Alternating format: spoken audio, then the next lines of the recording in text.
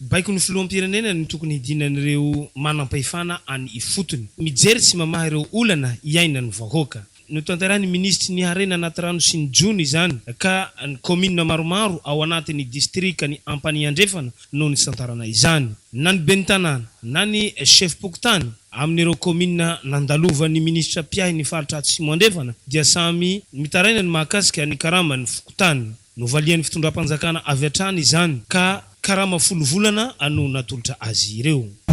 Momba tamin'ny karama moa ny chef pokotany iny dia folo vola io fa amin'ny chef de région ao izy distriktinareo no mandehany mangalaka azy tsy tokony hisy hanombita io ataoko fa zay le fitenena le tsy hanombita.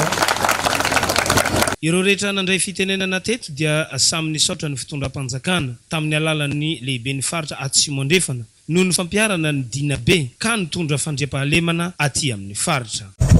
Indrindra manjamatoa filoham-pirenena Hery Rajaonarimampianina izay ao anatin'ny fikarakarana anay amin'izao fotoan'izao arino anay fa tsy hitsahatra ny hikarakaranay. Fankahirezana sy famporisihana kosa tamin'ny alalan'ny fampitaovana azy ireo no nomeny ministry ny harena anaty rano sy ny jono ho an'ireto mpanatanteraka dina be ireto.